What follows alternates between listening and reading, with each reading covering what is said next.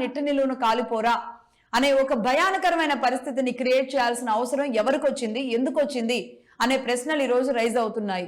అసలు వీటన్నింటికీ కారణం తిరుమల తిరుపతి దేవస్థానానికి సంబంధించిన ఒక అంశం.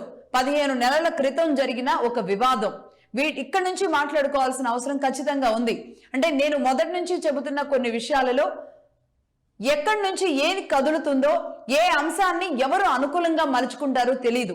ఆ అంశం 2 కులాల మధ్య లేదంటే 3 పార్టీల మధ్య చిచ్చు పెట్టే లాంటి దానికి కారణంగా ఏ రోజు అవకాశం దొరుకుతుందా అని ఎదురు చూస్తున్న వాళ్ళకి ఖచ్చితంగా అవకాశం ఇచ్చిన సందర్భం. మరి టీటీడీ తిరుమల తిరుపతి దేవస్థానంలో కల్తీ నెయ్యి విషయం ఏదైతే ఆనాడు స్వయంగా చంద్రబాబు నాయుడు గారు అసెంబ్లీలో మాట్లాడారో, మరి ఆనాడు ఆయనకు వచ్చిన రిపోర్ట్ తప్ప, లేదు అంటే ఆ తర్వాత ఇప్పుడు సిబిఐ గాని సిట్ గాని ఇచ్చిన రిపోర్ట్ తప్ప అనేది తెలియాల్సిన అవసరం ఉంది. ఎవరిది కరెక్టు, ఏది తప్పు? ఎందుకంటే ఆనాడైనా ఆయన ఒక రిపోర్ట్ చూసే మాట్లాడారు, ఈనాడైనా ఒక రిపోర్ట్ చూసే చంద్రబాబు నాయుడు గారు మాట్లాడారు. కానీ ఈ రిపోర్టు ఎవరు చంద్రబాబు నాయుడు గారికి ఇచ్చారు?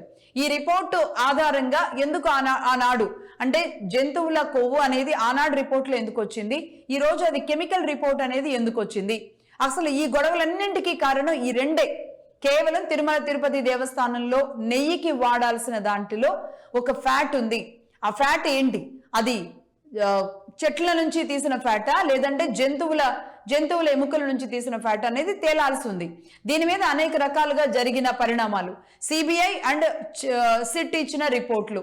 సిబిఐ ఇచ్చిన రిపోర్ట్లో ఎక్కడా కూడా ఆనాటి పెద్దవాళ్ళ ప్రమేయాలు, పెద్దవాళ్ళ పేర్లు కూడా ఎక్కడా ప్రస్తావించని పరిస్థితితో ఈ రోజు రెచ్చిపోతున్న వైసీపీ నాయకులు, ఖచ్చితంగా వీళ్ళకి సంబంధించిన ఎవరి పేర్లు రాలేదు. సుబ్బారెడ్డి గాని, ధర్మారెడ్డి గాని, కరుణాకర్ రెడ్డి గాని వీరెవ్వరి పేర్లు రాకుండా వచ్చిన రిపోర్టుతో ఒక రకంగా వైసీపీ ఈనాడు రెచ్చిపోతున్న పరిస్థితి కారణమైంది.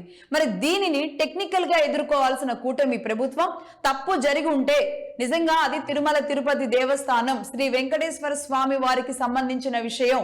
ఇది నాకో మీకో వ్యక్తులకో కాదు, ఒక దైవానికి సంబంధించిన విషయం. ఎంతో మంది భక్తుల మనోభావాలతో ముడిపడి ఉన్న ఆ దైవానికి సంబంధించిన విషయంలో ఒక్కడుగు వెనక్కేసి తాము తగ్గి ఆనాటి రిపోర్టు ఈనాటి రిపోర్టుల్లో తప్పులు తడుకొచ్చిందో, లేదు అంటే ఇది ఇంకొక ఈ కెమికల్ ఆయిల్ అనుకునో సరిపెట్టుకుందామనో, ఇంకా దేవుడి విషయంలో మనం ఇంతకు మించి ఎక్కువ ప్రస్తావనలు సాగదీయడం అనేది మన నమ్మకాన్ని మనమే కోల్పోయినట్టు అవుతుంది. కాబట్టి ఇది ఒక కెమికల్ మాత్రమే అనుకుందామనో కూటమి ప్రభుత్వం సరిపెట్టుకొని ఉండుంటే, ఇప్పటికే సరిపెట్టుకున్నా, ఇప్పటికే తమకు తామే దైవానికి క్షమాపణ చెప్పుకున్న ప్రతి ఒక్క హిందువు, అంటే అక్కడ స్వామివారికి నివేదించిన నైవేద్యంలో తప్పు జరిగింది, ఆ తప్పు ఎవరు చేసినా సరే అది అక్కడున్న అధికారులు చేశారా, ఆ అధికారులు తీసుకొచ్చిన కంపెనీ వాడు చేశాడా, ఏ తప్పు జరిగినా సరే అది వైసీపీ చేసిందా టీడీపీ చేసిందా అని కూడా ఆలోచించకుండా ప్రజలందరూ ఏకదాటిన హిందువులు, కులాలకి సంబంధం లేదు, అసలు నిజానికి మతాలకు కూడా సంబంధం లేకుండా తిరుమల తిరుపతి స్వామివారి లడ్డూని ఇష్టంగా నైవేద్యంగా తీసుకోగలిగిన వాళ్ళు ఉన్నారు. కొంతమంది తీసుకోకపోవచ్చు, కొంతమంది ఇష్టంగా నైవేద్యంగా తీసుకునే వాళ్ళు ఉన్నారు. మరి ఇలాంటి వాళ్ళు అందరి మనోభావాలు ముడిపడి ఉన్న నేపథ్యంలో జరిగినదేదో జరిగిపోయింది. అందరం కూడా ఆ దేవదేవుణ్ణి మనస్ఫూర్తిగా క్షమాపణలు వేడుకుందాం. పార్టీ ఏదైనా సరే, జరిగిన కాలం ఏదైనా సరే, అది ఎవరి పీరియడ్లో అయినా సరే ఇది ఇక్కడికి వదిలేద్దాం అని ఒక నిర్ణయం తీసుకోవడంలో మాత్రం అధికారంలో ఉన్న పార్టీ దీనిని జాగ్రత్తగా ప్రజల మనోభావాలకి ముందుకు తీసుకువెళ్లడం విషయంలో మాత్రం ఖచ్చితంగా ఫెయిల్ అయింది. అది కాస్త సాగదీసి ఆనాడు కూడా మేము ఇదే మగధా న్యూస్ ప్రారంభంలో ఈ విషయాన్ని కూడా చెప్పాం. ప్రతిరోజు ఒక వార్తగా, నెయ్యి విషయంలో ఒక రిపోర్టుగా బయటకు రావడం మాత్రం సమంజసం కాదు. మీరు ఏ విషయాన్నైనా, వివేకానంద హత్య కేసు అలానే ప్రొలాంగ్ అవుతుంది, ఇలా అనేక కేసులు ప్రొలాంగ్ అవుతూ ఉంటాయి. ఏదైనా ప్రొలాంగ్ చేసుకోండి, ఏదైనా చేయండి, కానీ ఒక్క లడ్డూ విషయాన్ని మాత్రం సాగదీయొద్దు. ఏదో ఒక దాన్ని అక్కడ ఫుల్ స్టాప్ పెట్టండి. జరిగిన పొరపాటు ఏదైతే జరిగిందో భగవంతుడిని క్షమాపణ కోరుకుంటే ఏదైనా క్షమించగలిగిన ఆ భగవంతుడు దీన్ని కూడా క్షమిస్తాడు. కాదు, క్షమించాలి అంటే గనక అది ఎవరు తప్పు చేశారో వాళ్ళకి ఖచ్చితంగా అది తగిలే అవకాశాలు ఉంటాయి. అది దేవుణ్ణి నమ్మిన వాళ్ళకి మాత్రం అది అర్థమవుతుంది. దీన్ని అలా స్వామివారికే వదిలేసి ముందుకు వెళ్లకుండా దీనిని సాగదీస్తూ వచ్చిన నేపథ్యంలో మరి సిబిఐ రిపోర్ట్ వచ్చిన తరువాత ఇన్నాళ్ళు సాగదీసిన వాళ్ళకి సాగదీసిన వాళ్ళకి బలం అయిందా, లేదు అంటే ఈరోజు మా తప్పేం లేదు అని చెప్పిన వైసీపీకి బలం అయిందో తెలియదు. కానీ ఆ తర్వాత ఫ్లెక్సీలు, రాష్ట్రం అంతా ఫ్లెక్సీలు పెట్టించాల్సిన అవసరం ఎందుకు వచ్చింది?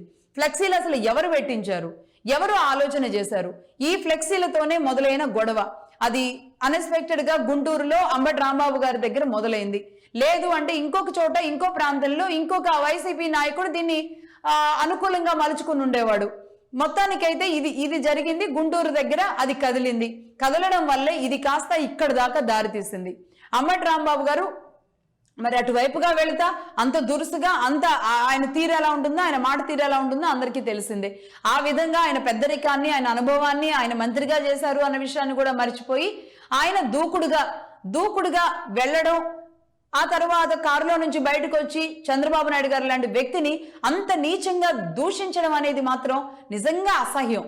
తెలుగు ప్రజలు సిగ్గుపడేలాంటి విషయం. దానికి ఆపోజిట్ గా తెలుగు మహిళలు కూడా అదే విధంగా అతన్ని తిట్టడం, ఇదంతా చూసిన ప్రజలు ఏమనుకుంటారు? సరే, వీరు ఇటు మాట్లాడిన వాళ్ళు కార్యకర్తలు, అటు మాట్లాడిన వారు మంత్రులు అని సరిపుచ్చుకోరు. ఒక మాజీ మంత్రిని పట్టుకొని ఇక్కడున్న టీడీపీ నాయకులు అలా ఎలా మాట్లాడతారని కొత్త వాదన కూడా వస్తుంది. ఖచ్చితంగా వస్తుంది, కొత్త వాదన కాకపోయినా. ఇక్కడ నుంచి మొదలైంది కాస్త ఈ రోజు ఇళ్ళు తగలబెట్టుకునే వరకు వెళ్ళింది. అక్కడి నుంచి కులాల మధ్య వైషమ్యాలకి, కులాల వైషమ్యాల తర్వాత కూటమి వరకు, కూటమిని 3 రకాలుగా 3 తాళ్లతో 3 పక్కల నుంచి దూరం చేయడమే ఎజెండాగా జరుగుతున్న ఆటలో ఎవరు పావులుగా మారుతున్నారు, ఎవరు ఆ ట్రాప్ లో పడుతున్నారు, ఈ విషయాలు తెలుసుకోవాల్సిన అవసరం ఉంది. ఒక్కటి, కూటమి ప్రభుత్వం చిన్న విషయాలని పెద్దదిగా చూపెడుతున్న సోషల్ మీడియాలో ట్రాప్ లో పడిపోతున్నారా? లేదు అంటే తమకేమన్నా లోపల ఇన్ఫీరియర్ కాంప్లెక్స్ ఏదైనా ఉంది అంటే గనక దాని క్రమంలో ఇంకెవరైనా ట్రాప్ లో పడిపోతున్నారా? లేదంటే ఇంకెవరైనా కావాలని, ఇదే కూటమిలో ఉన్నా ఇంకెవరైనా సరే వాళ్ళు కావాలనే ఇక్కడ ఉండి వీళ్ళని చెడగొట్టడానికి ఇంకెవరైనా రెచ్చగొడుతున్నారా? ఈ విషయాలను తెలుసుకోకపోతే గనక కూటమి ప్రభుత్వానికి ఖచ్చితంగా పెను ప్రమాదంలో పడే అవకాశాలు మున్ముందైతే ఉంటాయి. ఇది ఇక్కడితో ఆగేలాంటి అవకాశాలు ఉండవు. ఎందుకంటే ఇప్పటికే దీన్ని నేను ముందు నుంచి చెబుతూనే ఉన్నాను, మళ్ళీ చెబుతున్నాను. ముద్రగడ పద్మనాభం గారు లేఖ రాశారు. చాలా శాంతియుతంగానే, చాలా బాగానే రాశారు. గతంలో ఆయన విధానానికి కాస్త భిన్నంగా, కాస్తో కూస్తో మంచిగా దీనిని కొంచెం శ్రీరామ రక్షగా పరిరక్షించండి అంటూ కూడా ఆయన ఒక లేఖ రాశారు. బాగానే ఉంది. మరి దీనికి మళ్ళీ టీడీపీ నాయకులు ఆయనకు కూడా ఒక కౌంటర్ రాశారు. ముద్రగడ పద్మనాభం గారి లేఖల గురించి తెలియందేం కాదు. బట్ దీనిని అనుకూలంగా మలుచుకోవడానికో, లేదంటే దీనిని ఇంకో అవసరంగా మలుచుకోవడానికో, లేదంటే రాష్ట్రం కోసమో ఏదో రాశారు. దానికి మళ్ళీ టీడీపీ నాయకులు రాశారు. ఇది కాస్త మళ్ళీ ఎక్కడికి వెళుతుంది?